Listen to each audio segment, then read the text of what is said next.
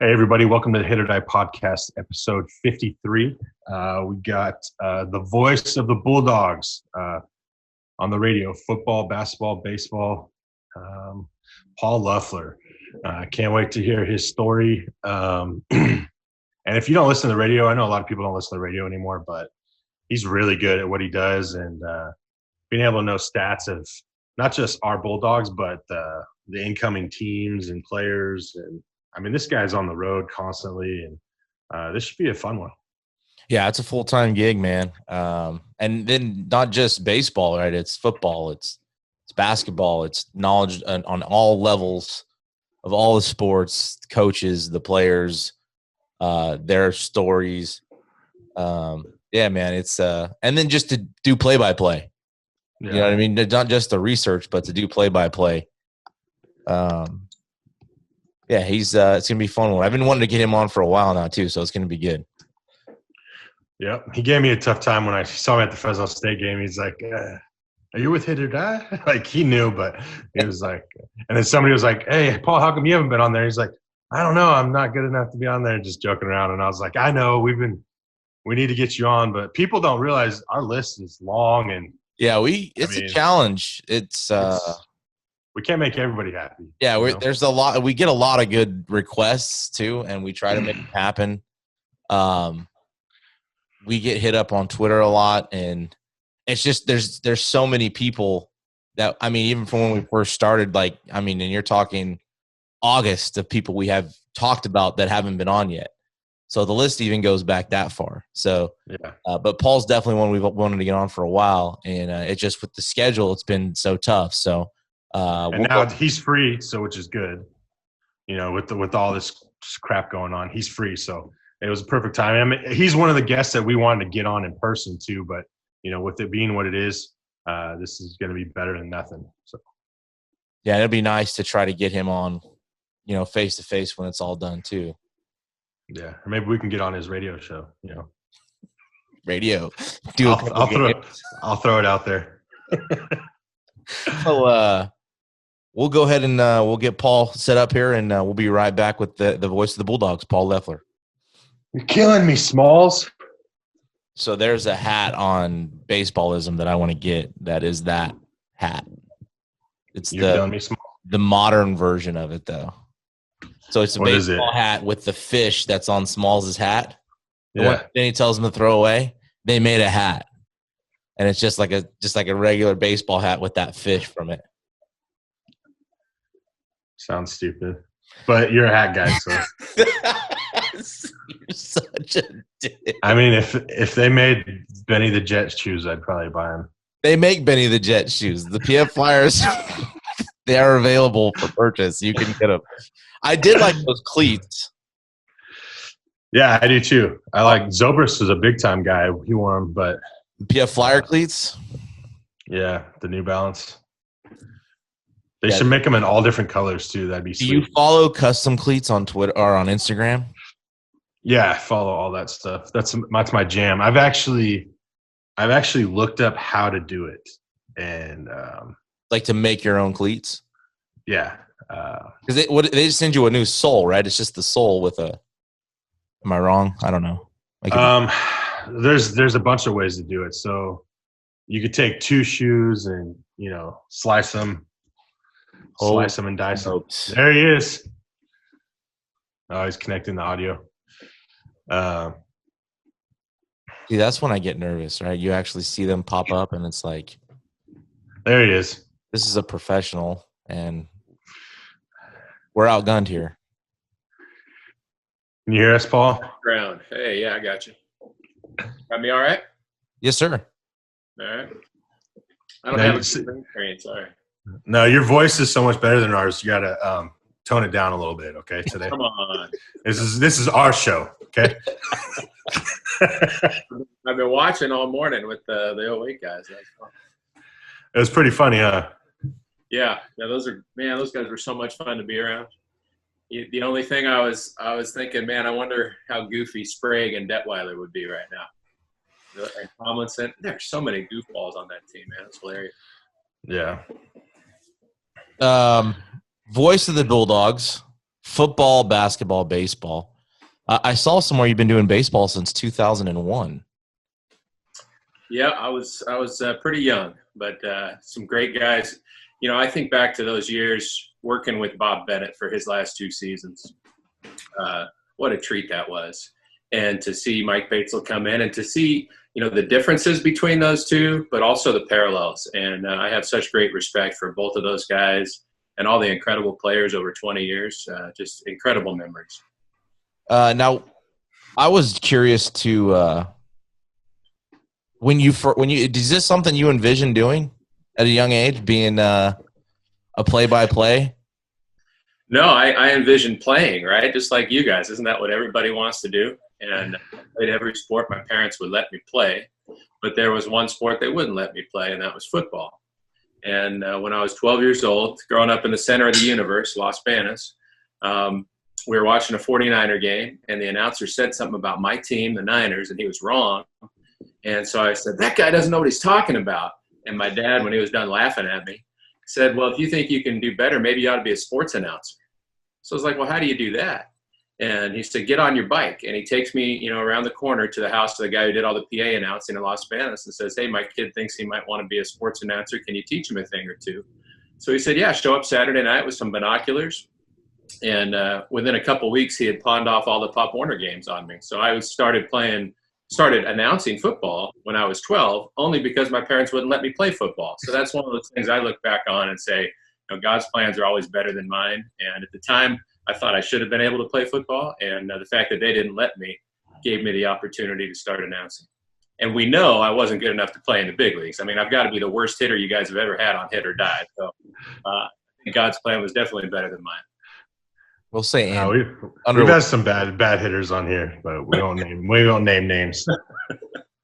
So any how do you remember any of those broadcasts ever get recorded? Your Pop Warner days? Not the Pop Warner. Although, you know, one of the stories I tell a lot when I go and speak places is the first compliment I ever got on my announcing and how it made me feel. And it's not what you think it is. So, you know, you get done with the one age group, you're getting ready for the next one. And this guy comes marching up the wooden bleachers up to our little tiny press box, maybe 5 or 6 people in there. And he gets inside and he looks around and he makes eye contact with every person in the room. Then he gets this confused look on his face and he says, I don't know where she went, but when that girl comes back, tell her she's doing a great job. So, I think sometimes still today, if the Bulldogs do something really exciting, I probably sound like a little girl again before my voice changed. I wouldn't have thought that, to be honest with you. I'll tell you that. But back to your question, Jake. So my senior year at Las Vegas High, they asked me to do radio. So I got to do those Las Vegas high school games on the radio. And there probably are some cassette tapes of that somewhere, and it's probably really atrocious, would be my guess. No, I bet they're really good. You're fun to listen to. And I know down in at the baseball games in the dugout club area, they have the radio playing while we're watching the game. And it's fun to listen to you and how on point you are with things. I mean, you have to know so much about not only the Bulldogs, but you got to know about the other team they're playing. And there's so much preparation that probably goes into it. And I mean, how do you and then you got football and you still have basketball going on. It's just, I mean, your time is taken up by a lot of things. But it's so much fun. I mean, and I especially with baseball, and I did play, you know, my senior year in Las Vegas, we won the section championship. No thanks to me. I started the game on the mound, walked 2 guys, got yanked, and watched. I should have announced the rest of the game, really, sitting from the dugout. But so I knew a little bit about baseball, just having played. But being around Bob Bennett, being around Mike Batesel, and all the alums, what I love about Fresno State baseball is how the alums are still part of the program, and there's such an incredible history. And to have guys, you know, from the time I started in 01, I've got Todd Johnson up in the booth, and then I bring in Steve Hosey in the booth, and Rayo Canto, and I spent a lot of time with those 3 guys. And then in the last few years, after Rayo stopped doing it, you know, I've had just a slew of people for a game or 2 here and there. I've had Coach Bennett do a few games with me, which was a huge treat. And I bring that up because that's where I really learn, is watching the game with those guys. I mean, Steve Hosey taught me so much just about counts, about what to expect, about the things that are happening away from the pitch. And that's what I love about baseball on the radio, is that someone at home can't see them, but hopefully if you know what's going on and you're paying attention, you can tell them things that they probably wouldn't see even if they were at the ballpark. No, absolutely. And you paint a good picture of it. You really do. Even with the football stuff too. It's and it's a little faster pace doing football. And I bet basketball even much more so. Before we keep skipping ahead though, when you were younger or when you started getting into this, did you have like a go-to announcer that you really enjoyed listening to? Well, you know what was interesting? Now, I told you that story about watching the 49er game and the guy didn't know what he's talking about. That was actually at my grandparents' house because we didn't have a TV at our house. So I listened to the radio all the time. I mean, I listened to Lon Simmons doing the 49ers. I listened to Hank Greenwald on the Giants. I listened to Greg Papa, incredible on the Warriors. I mean, his basketball calls in the late 80s and 90s, so descriptive, so exciting. The team wasn't always that great, but he was. And that's what got me into that part of it. And I really appreciate guys. I like doing games on TV. It's fun. It's a different job than doing it on the radio. On TV, you're kind of captioning what's happening. But on the radio, you're painting a picture for people who can't see it. And I think about guys like Lon Simmons. You know, when he started after World War II, he was in World War II. He actually had to do ball games that he couldn't see. And Ronald Reagan did this. A lot of the great announcers did this. Recreations, where they're sitting in a cubbyhole with a microphone and a pencil to slap on the table to make it sound like the crack of the bat. And they're getting a little ticker tape machine that just says, you know, F6. And then they have to describe a pop out to the shortstop, and they make it sound like they saw all these details. Now that's a real talent. I don't know if I could do that, but those guys who did that were incredible. And listening to those kind of voices growing up really, I think, told me something different and really kind of got me hooked. Interesting. I was thinking it's like in Bull Durham when they're listening to the radio and the guy's got the wood and he hits it. That's what I got in my head right there. And, you know, not to take you too far out of the woods, but Ronald Reagan had a great story. And there's actually a video out there of him telling this story at a podium, which is great. When he was doing that, these recreations, he had a situation where that little ticker stopped working. So he had to fill time until it started working again. So he just has the guy keep fouling off pitches one after another. That's the guy 30 pitches or something. And so here's the best part. The ticker finally starts back up, and he grounded out to short on the first pitch. But years later, Reagan's the governor of California, and someone gives him a baseball trivia book, and he thumbs through and he finds the record for most foul balls in a game in an at-bat. And it's that thing that he made up. That is absolutely classic. Not, you know, because I remember being younger and I loved the Rose Bowl and listening to Keith Jackson.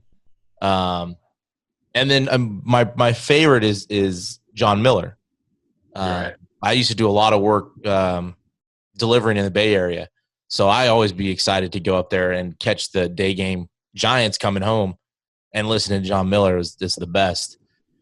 And then obviously Vince Scully was classic, but something about John Miller, I just love listening to him call games and still do when he gets when I get on the radio, listen to it. And I love both of those guys too, and I love how different they are. And Miller brings so much excitement to the game, and he just really makes it pop.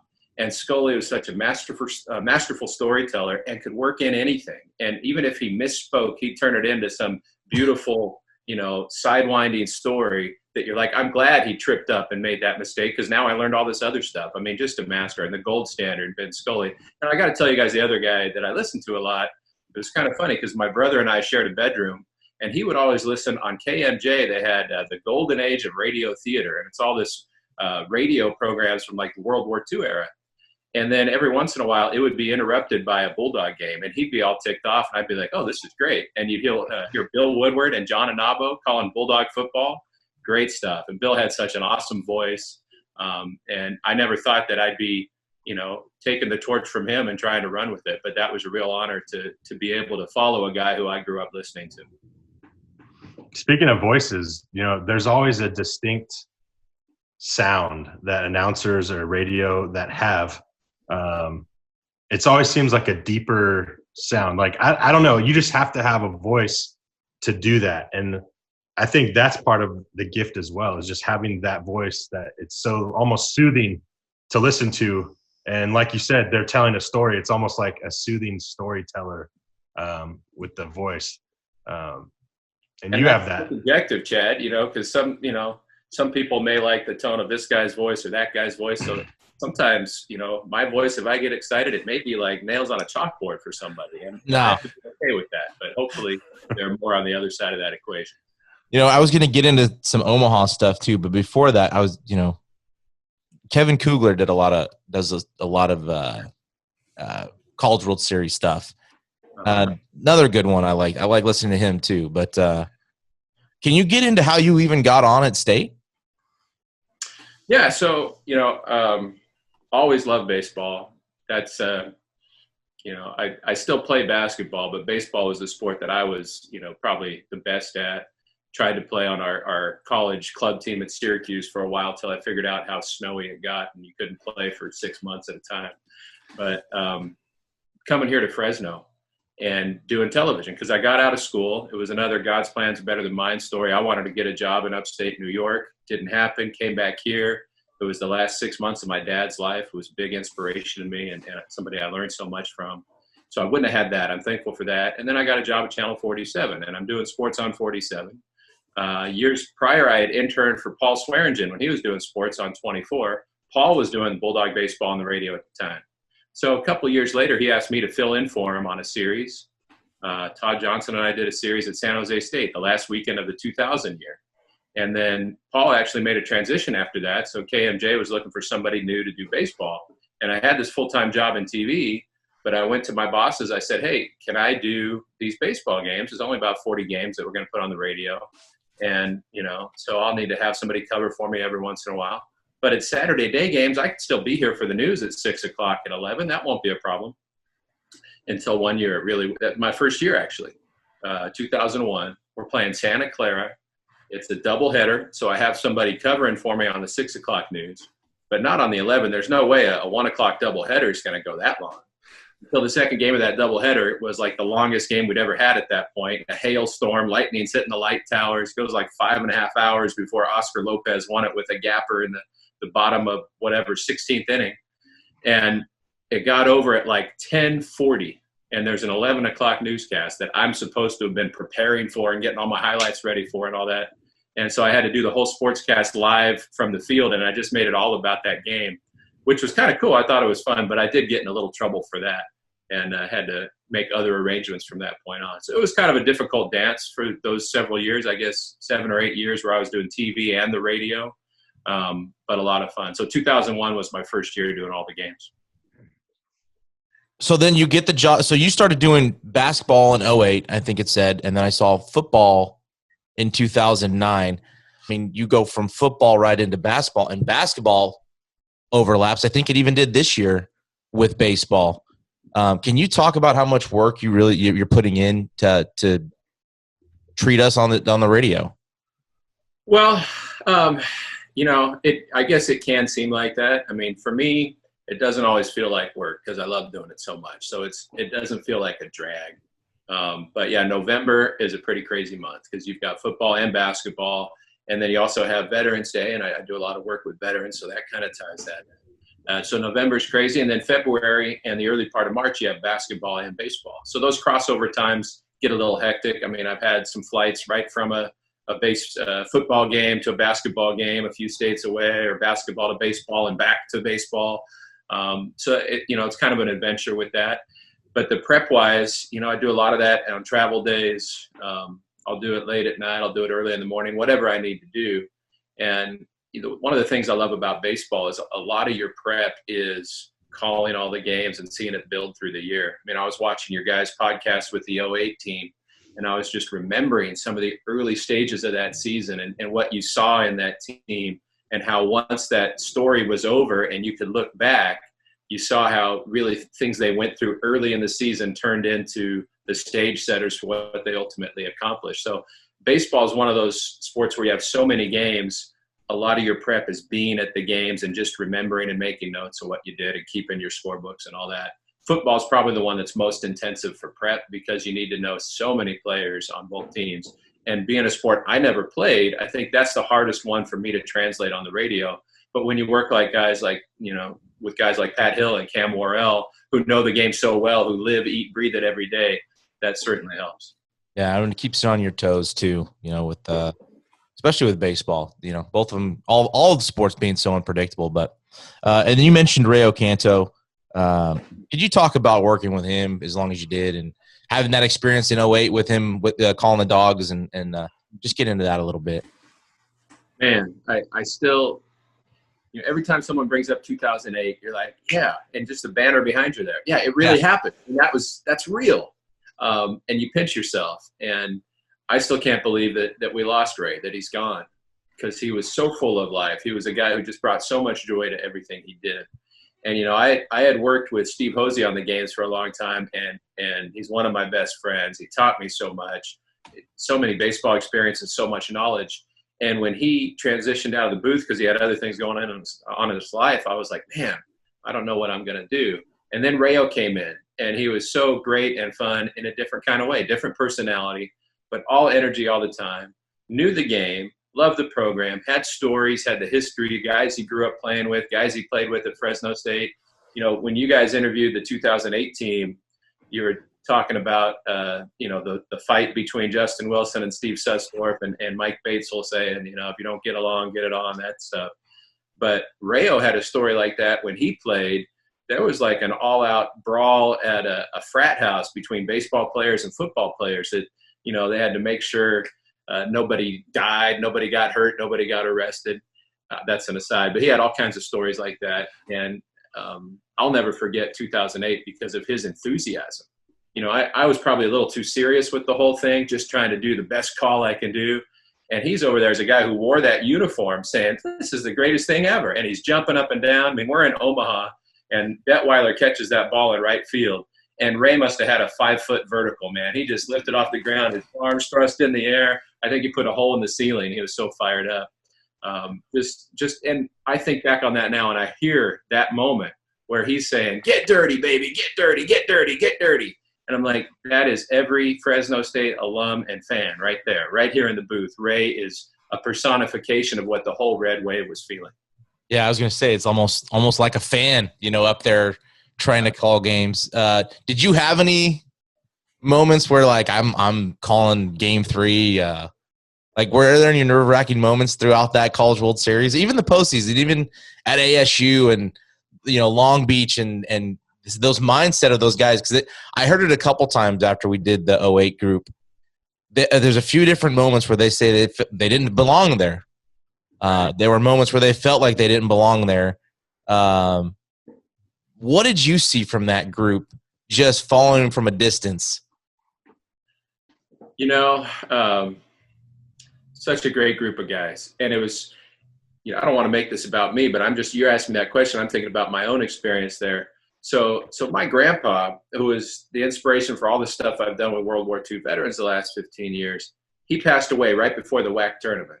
We've got to go to Ruston, Louisiana, and La Tech is hosting the tournament, but wasn't even in the tournament because it was a 7-team league. Only 6 teams make it. It had been assigned ahead of time they're going to host. They came to Fresno in that year, and in a doubleheader, their center fielder dropped a fly ball, cost them the game, and that's the reason that they're not even in the tournament they're hosting. And all the other schools are out west. You got to go all the way to Louisiana. I'm like, what is the point? I didn't want to be there. I wanted to be home with my family, with everything that was going on. And then I watched this team, and they win. And I'm like, okay, now they'll get into the tournament. But the last 2 years, they've been in the regionals, and as Sussdorf told you, Fullerton eliminated them. They're probably not going anywhere. I'm flying back east for this National Spelling Bee deal I do on ESPN every year, except this year it just got canceled. And they asked me to do a few other things there, and I said, okay, but I might not make it back for this regional if they're in it. Then they're in the regional. So I actually had Bill Woodward call those games in Long Beach. I didn't do those games. I wasn't there. So Bill and Ray called the Long Beach regional. I didn't think they were going to win. They win it. Then we're going to Arizona State, 38-3 at home, probably the toughest home field you could have gone to in the whole country. They get bombed the first game. You're thinking, okay, it's about over. And I'll never forget, I just went back there because we played Arizona State this year. And, they now play in Phoenix Municipal Stadium. But I went back to Packard Stadium where that 08 Super Regional was, and it's a ghost town. It's bizarre. It's abandoned. It's like a dystopian novel. But I climbed back up to the roof where Ray and I called that game, because they didn't have room in the little press box. We had to climb onto the roof up like a vertical ladder. And Bruce Ferris, the old Fresno Bee sports writer, climbed up there with us. So Ray and I are on that roof. And, they have that. To me, I know you talked about it with the 08 guys, but what they did in Tempe was the most impressive part of that whole run to me, because the team they beat had 15 guys who got drafted, all these big league hitters, all these lefties. And the only lefty in Fresno State's bullpen is Chris Tomlinson. And I'm sitting in the dugout talking to Batesville. I'm like, you think you can bring Tomlinson in against some of those lefties? And he looked at me like I had three heads, like I was crazy. Like, really, a guy who throws 82 miles an hour is going to get those big leaguers out?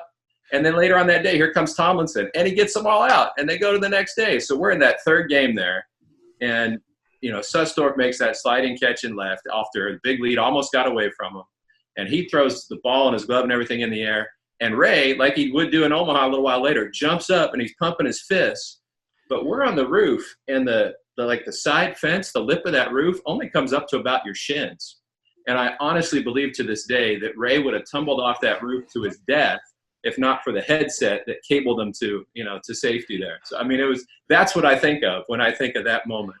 And I can't even remember where we started on this, but to watch that team pull all that off and have a different guy every day. And it was almost comical how many injuries they had, with Detweiler's thumb falling off and Tommy all hurt and so many guys. Shephers is the best player on their team, and all he wasn't part of any of it. It was ridiculous what they did and the way they did it.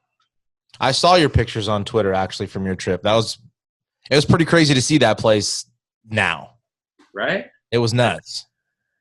And so that, when I say, you pinch yourself, did this really happen? Because you go there and you would have never known that happened. It was like, it was so bizarre. But that the power of that team, I think, just lives on. And I've always felt that can be an inspirational story for anybody in any sport when you see what they did. Because they weren't supposed to do it. They weren't the team that had the most draft picks. They weren't the team with the most All-Americans. They were the team that wasn't looking at disadvantages. Says, hey, we're here. What do we have to lose? Let's trust each other. Let's each do our job. And every single guy on that team did his job. I look at that 19-10 game, the second game of the championship series against Georgia, where they're down 5-0 and they come back. And I have that box score, my scorebook from it. And it's in my book too. And you can see literally every person on the roster, except for Gene Escat, who was on crutches, and any guys who pitched the day before, everybody else was part of that game. And I thought that was so great for that team. And it showed how much trust there was between players and coaches. Yeah, my wife bought me that book, and I actually took that scorecard. Chad, I may have done it at Madera. I'm not sure. It may have been at Club West, but I would hang that scorecard in the dugout. Ah, nice. Just to let guys know it's never over. This is what can happen, in 7 innings, 9 innings, because everything pretty much happened. It was insane ball game. But, yeah, I used that scorecard in the dugout for a couple seasons. Right on. I love hearing guys was how everyone else experienced that moment, because it wasn't just the players. They won for Fresno State, for every guy who's ever played in that program, and so many teams were good enough to win the national championship and didn't have the opportunity, didn't have the same kind of path.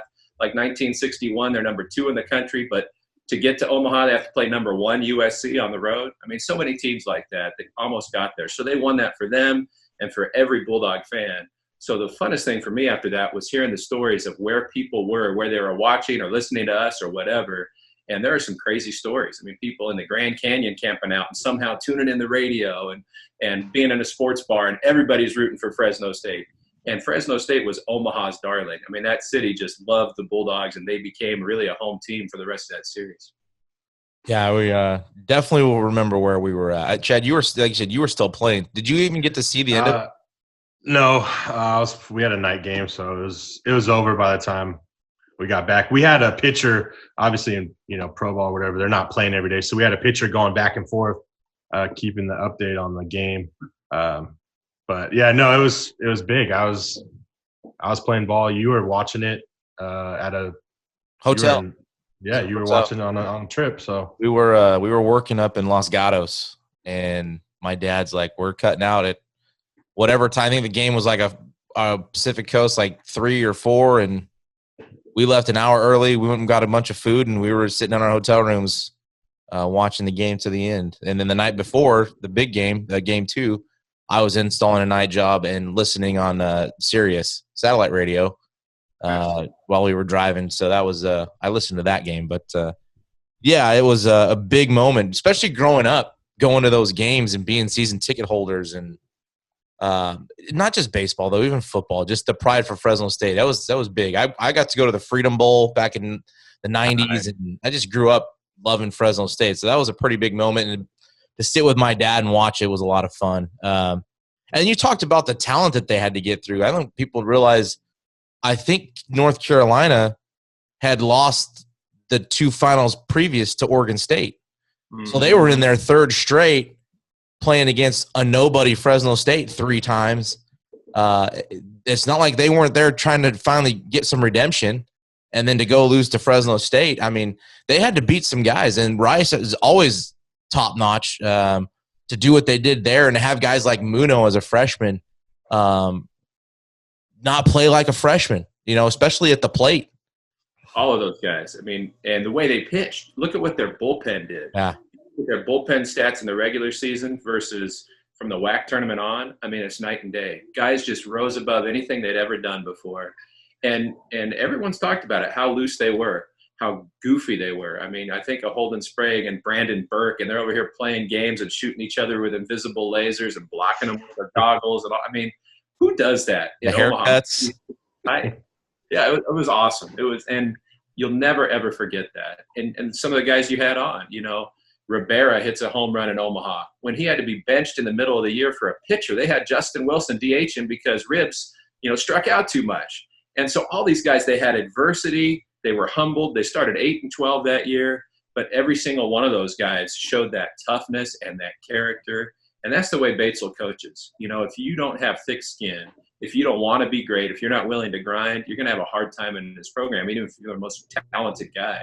Because he pushes you. He wants to see you be the best. And some guys can't handle that. Those guys all handled that. It made them better. And when you talk to them, as you have, and you talk to Bates, at that point, he'd done all the work, and he just eased up on those reins and watched them. And you could see it in him, his body language, his demeanor. He had so much peace through that run. It was really, I think, something that when you saw it up close, it taught you, hey, if I'm ever in a situation like that, there's probably something for me to grasp and learn from with the way they did this and the example they set. Absolutely. Do you have maybe a couple, I don't know if there's too long a list, but that's, I'm sure, one, but some memorable moments. And it doesn't have to be just baseball, but calling games, some of your favorite moments? Man, there's so many of them. I will say that game, the last game in Omaha, is the only time in my life where I got off the air and I felt like I had played. And that sounds so stupid, right? That's ridiculous for a guy to say that. But I think because I'd invested so much, you felt so much responsibility to get it right, to capture this moment for the Valley. You knew what it would mean. You're thinking about all those guys. Some of them were there. Guys who played in the 1959 World Series, like Merv Carter, are there in Omaha in 2008 watching this. For Bob Bennett and Pete Biden, who came so close, you know that this is a big deal. And I just felt so exhausted after that game. I remember finally seeing Batesville. And Batesville, by the way, gives the most suffocating bear hugs of anybody I've ever met in my life. And when I finally saw him, he gives me this big old hug. I barely could breathe. I went up to my room and I passed out. And I knew I was flying home the next morning, so I couldn't sleep that long. But it was the most exhausted probably I've ever been as an announcer. So I've never had that feeling, but a lot of thrills and other moments. I mean, really every game that Derek Carr played at Fresno State was so much fun. His senior year, you got sellouts. And you might remember there are a lot of shootouts. It's not like they dominated everybody. Their defense gave up a few points. Yeah. So he had to put them up. Plenty of drama. The bowl game a couple years ago when Jeff Tedford and the Dogs go up and beat Arizona State and Ronnie Rivers goes off. Robbie Rouse, the way he broke the all-time record, if you remember that, they're playing Colorado at Bulldog Stadium. And, he goes 90-plus yards to break the all-time rushing record of Ron Rivers. I mean, moments like that you can't plan for, you can't expect. Jameer Jordan taking a missed field goal back a couple of years ago against Hawaii to kick 6. And then in basketball, so many great players. And what I get a lot in the community, people will say, Paul George really went to Fresno State. Aaron George really went to Fresno State. And you think, when Aaron Judge hit 2 bombs off Mark Appel and Stanford that, are still going and heading over like to Clovis right now. and Paul George, some of the dunks he threw down that nobody saw because they're at Cal Poly or they're at Montana or someplace and it's not on TV. You think about those moments.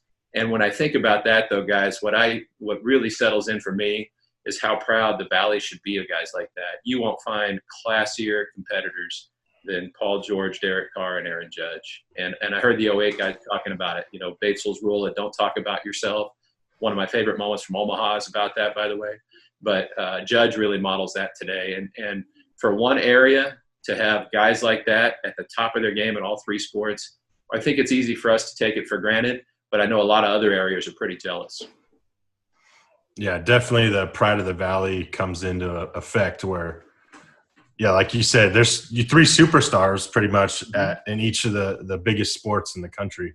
Yeah, and they did come from Fresno State, and it sucks because I went away to college, so I got to hear Fresno State. Nobody thought Fresno State any higher. I was in Oklahoma when they played Reggie Bush and USC in 06, and I was the only one in the locker room because it was like midnight when I was back in Oklahoma. I was the only one watching that game, and I remember that's just where the Fresno pride came out. Even though I'm not there, I'm at a different college, but just to see that you're so proud of Fresno and where you come from. And it is, I think a lot of people don't see that, something to be proud of. No doubt. And those guys do a great job of representing, and they're so loyal. They come back into town. They do a lot of things, not looking for publicity, but they do a lot of things for a lot of people here. And, the thing about Omaha, I don't know if everybody saw this, but because it wasn't on TV, it was just like the in-house feed, and we carried it on the radio. But after they win and they have the dog pile and they do their ESPN interviews, they have a post-game news conference in Omaha. So it's, very official, and they've got a placard in front of Mike Batesell and Brandon Burke, and Steve Detweiler says their name and all that. So they're sitting there, and all the reporters from all over the country, probably 50 people in there, are talking to them. And Ray and I are sitting up in the booth listening, and we can see it on the monitor. So they have that rule. You're going to get fined if you talk about yourself. So the first thing a reporter's like, Steve Detweiler, you drove in all 6 runs in this game, hit 2 bombs. Pretty good day, huh? Oh, no, I didn't have anything to do about it. Berkey closed it out, and, Muno bounced back and wouldn't say anything about himself.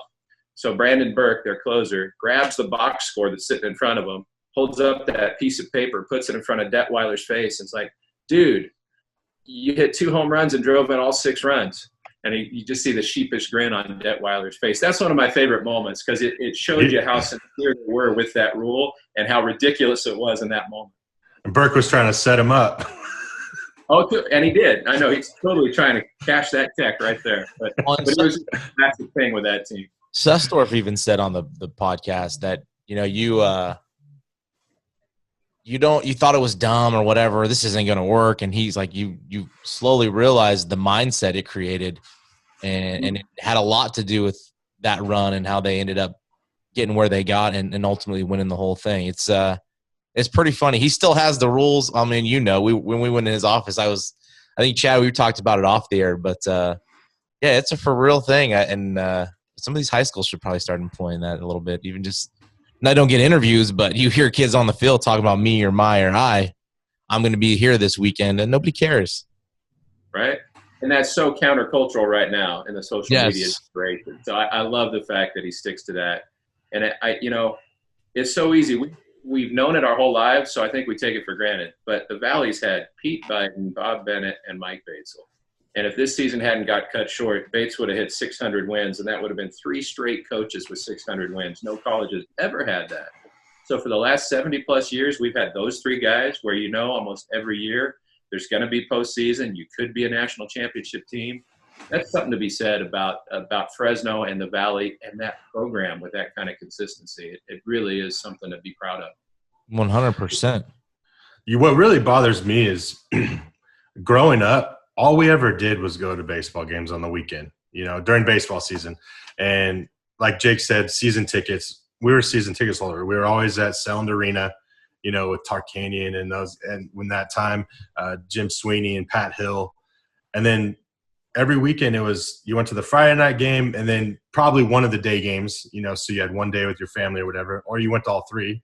And kids don't even go watch baseball anymore like we used to. And I think that's another generational thing that it kind of pisses me off is you have all these kids that want to be D1 baseball players or think they're D1 baseball players. And well, why don't you go watch a D1 baseball game and see what it's about, maybe learn something and see if you're even ready for that level. But you have all these kids that don't even go watch the game, but they think they're ready for I don't know. It's just mind-boggling to me of how much it's changed when that was just – I don't know why it's left. Like there's somewhere to go during the baseball season on the weekends. Like we don't play on weekends in high school except for like the first 2 weeks because of tournaments. But after that, the weekends are free. Go watch a baseball game. Well, and they're fun. They're fun to go to. Yes. I just don't get it. It's just it's annoying. Both our kids love going to the ball games. And my daughter was super bummed that baseball was canceled. So, you know, I think it is a generational thing. I mean, even football. Go ahead, Paul. No, you're right. It's all sports, and especially college sports. Across the country, attendance is down. You can't be for sure. But I think this whole thing we're going through right now with the coronavirus, I think all that's going to come back. I think this time where we can't be together, where we can't be at a game, it's reminding us. It's kind of like, when I talk to World War II vets, the country changed. Everything stopped. People's perspective was so different. They didn't take anything for granted. I mean, everybody, while those guys were risking their lives overseas, everybody here, the women are going to work for the first time. People are growing a garden. They're doing whatever they can. They're working in a factory because they knew life was at risk, and things were different. So they emerged out of that, and they didn't take that stuff for granted anymore.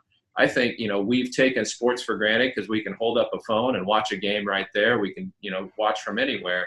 So I think this time of it being taken away from us, I think we're going to appreciate it more. And I think people are going to come back out. I think the first game in Bulldog Stadium in September, they're playing Idaho State. I don't think anybody cares about the Idaho State Bengals in the Valley, but they care about the Bulldogs. And being that the first time where we can have a crowd that big together again, Lord willing, by September 5th, I think that place is going to be packed. And, I hope that Fresno State and the Fresno Grizzlies and whoever, organizations like that will really do their best to make it accessible for fans. I think they'll make it really accessible. They'll give them reasons to come. And I think people will respond because they'll see that when that freedom was taken away, there's a little more value assigned to it now. I hope so, because one thing but it's because I didn't go to Fresno State either, so I got to see it on the outside. Is everybody's so quick to like Pride of the Valley, Bulldogs this, Bulldogs that, and then it's like, okay, well, where are you? Yeah. Like you're gonna say it and on social media so everybody can see how much of a fan you are and how much you love the Pride of the Valley, but where are you? Why are you not out there supporting the programs? Like that's just what it's. I just don't like fake people, and that's where Well, go ahead, Jake. No, the pride thing. Like, I don't know. We just prove it. Yeah, I agree, and I think you need to support your local teams, whether it be the Grizzlies or whether it be the Dogs. I mean, we grew up going to football games. My family worked the chain gang since the late '80s.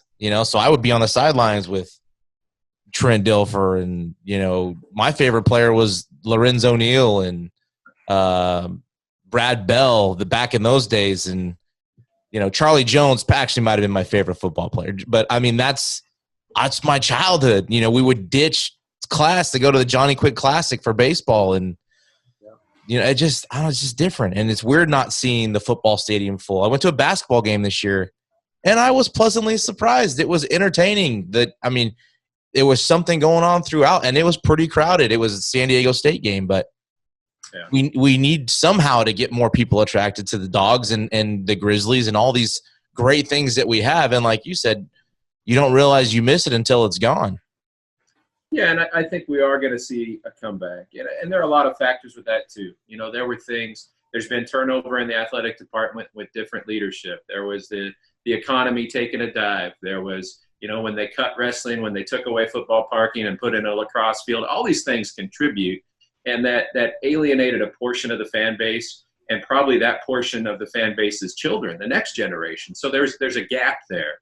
But I think they can get it back. And And I've been encouraged by the last few years with some of the leadership, and especially President Castro, just realizing that it's about the fan. It's not about this one donor who gives $10 million over here, or that one is going to do this for us. It's about, hey, let's think about what we can give them. Let's engage every corner of our community. Let's get into West Fresno and Southeast Fresno. And hey, how about Hanford? How about Madera? How about the whole valley? If you're going to be the pride of the valley, you got to connect with all those people.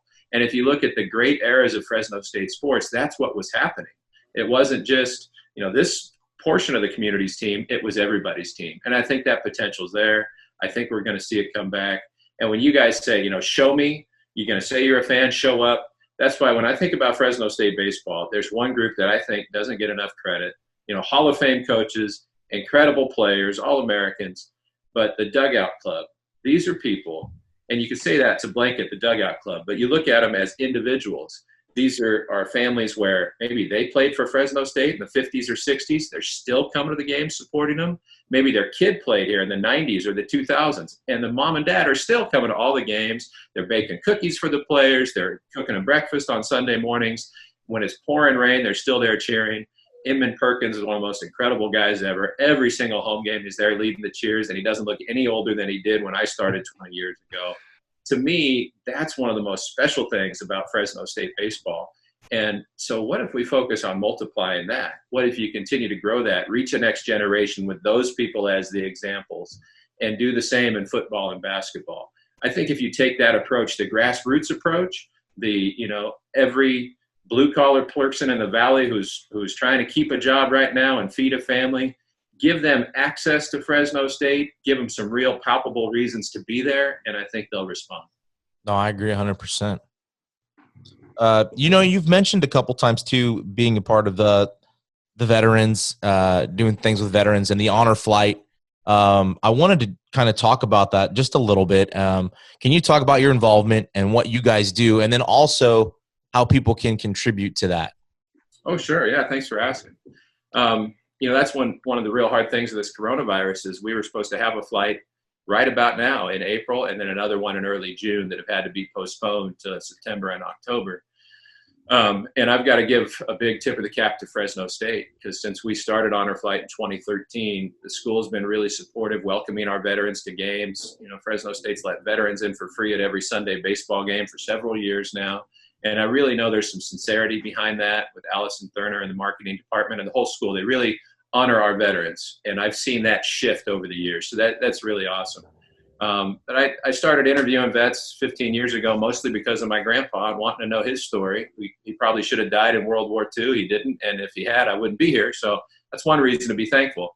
And just realizing that all these vets were out there with ridiculous stories of when they were 16, 17, 18 years old, staring death in the face and really saving the country that we know and love today. So I just wanted to be able to capture some of those stories for their families. And in the course of doing that, actually the place where I first really got turned on to Honor Flight, I'd heard about it, but when we were in Omaha in 2008, I was interviewing some veterans there for my radio show with World War II vets, Hometown Heroes. And they had just gone on an honor flight from Omaha to Washington, D.C. So I came back and I told a few people here, hey, we ought to do this here. Why don't you do it? And eventually God brought all the right people together and the funding. And it's all volunteers. It's all donations. It's not government money. Everybody, no one gets paid for doing it. It's free for the veterans. But the people of this valley are so generous that since 2013, they've given over $4 million to make that experience possible for over 1,300 veterans. So we started with World War II, extended it to Korean War veterans. Now we have 600 Vietnam vets on the waiting list, but they go on a 3-day trip to DC, they see their memorial, and I think most powerfully, they're with their fellow veterans. And they realize, what I did does matter. Here's some other people that understand it. And if you guys have never been at the airport when we bring the plane back, honestly, I get goosebumps every time. It's like calling a Derek Carr touchdown pass or a Paul George dunk or an Aaron Judge 500-foot bomb when you see these veterans coming through, red, white, and blue everywhere, the band playing, sailors from Lemoore standing at attention, and they're rolling through in a wheelchair, and a guy who saw the worst things imaginable in World War II or one of those other wars has a tear streaming down his cheek because he understands, hey, these people finally get it. Freedom's not free, and they understand what we've done for them. So the chance to give people that experience, to say thank you to veterans in such a powerful way, just been an incredible privilege and inspirational to see the Valley come together. Because if you go there to the airport, September will be the next chance. You'll see people 0 to 100 in years, no joke, not an exaggeration. You'll see every possible ethnicity, every religion, every political view, every tax bracket, and there's no disagreement. Everybody agrees. Everybody believes that these veterans are worthy of our gratitude. And so when I see that, it tells me, hey, maybe there's some other things that people can come together around. There's some power in this Valley. When you see it on display there, there are other things that we can work together on and do. So the website is cvhonorflight.org, CV like Central Valley, honorflight.org. So if you know a veteran who hasn't gone, you can sign them up there. We'll take them free of charge. You can donate. Again, it's all donations, all volunteers, and it costs about $200,000 every time we do it because it's a charter flight. But it's just been probably the greatest experience of my professional life to see people respond and make that possible. Yeah, that's awesome. I've seen it on the news. I've never been to the airport to see it. I've seen it every time they play it back. It seems like it's pretty emotional. I bet even just like you said, just somebody showing up just to support, yeah. I bet it could be a pretty emotional experience. I mean, it's definitely worth the price of parking at the airport. I'll tell you that. And we've actually had a lot of the Bulldog coaches have come out there. Coach Tedford was there. Coach DeRuiter, the first one we ever did, was there and gave a speech to our veterans. And a couple years ago, I guess it was last year, Air Force baseball was in town when that was happening. Oh, and their cool. coach, you guys should have him on. Coach Kaz from the Air Force Academy, incredible guy. He'll do it too, and he's got some great stories. Good friend of mine. Every time he brings his team here, I get them together with some veterans, mostly World War II guys who talk about the way they flew in World War II compared to what these guys are doing now. But they were in town, so Coach Kaz brought his whole Air Force baseball team down to the airport, and one of the players on the Falcon team said, hey, I want to talk to these guys. And he composed this whole speech, and he stood on a chair before the veterans came through the crowd, and he basically gave all those veterans, from his perspective, an overview of what they had done and why it still mattered today. And so those are things you can't script, you can't plan, but I love to see that. And Coach Batesell's had his players come put wheelchairs together for our vets for those flights and everything too. So it really is a total community effort. And next time we do it in September, I hope you guys can be there. Yeah, absolutely. No, we're definitely down to do it. One more thing before we let you go.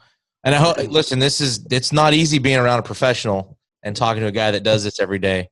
I was a little nervous getting into this. Fresno State Baseball Hall of Fame. Was that 2016?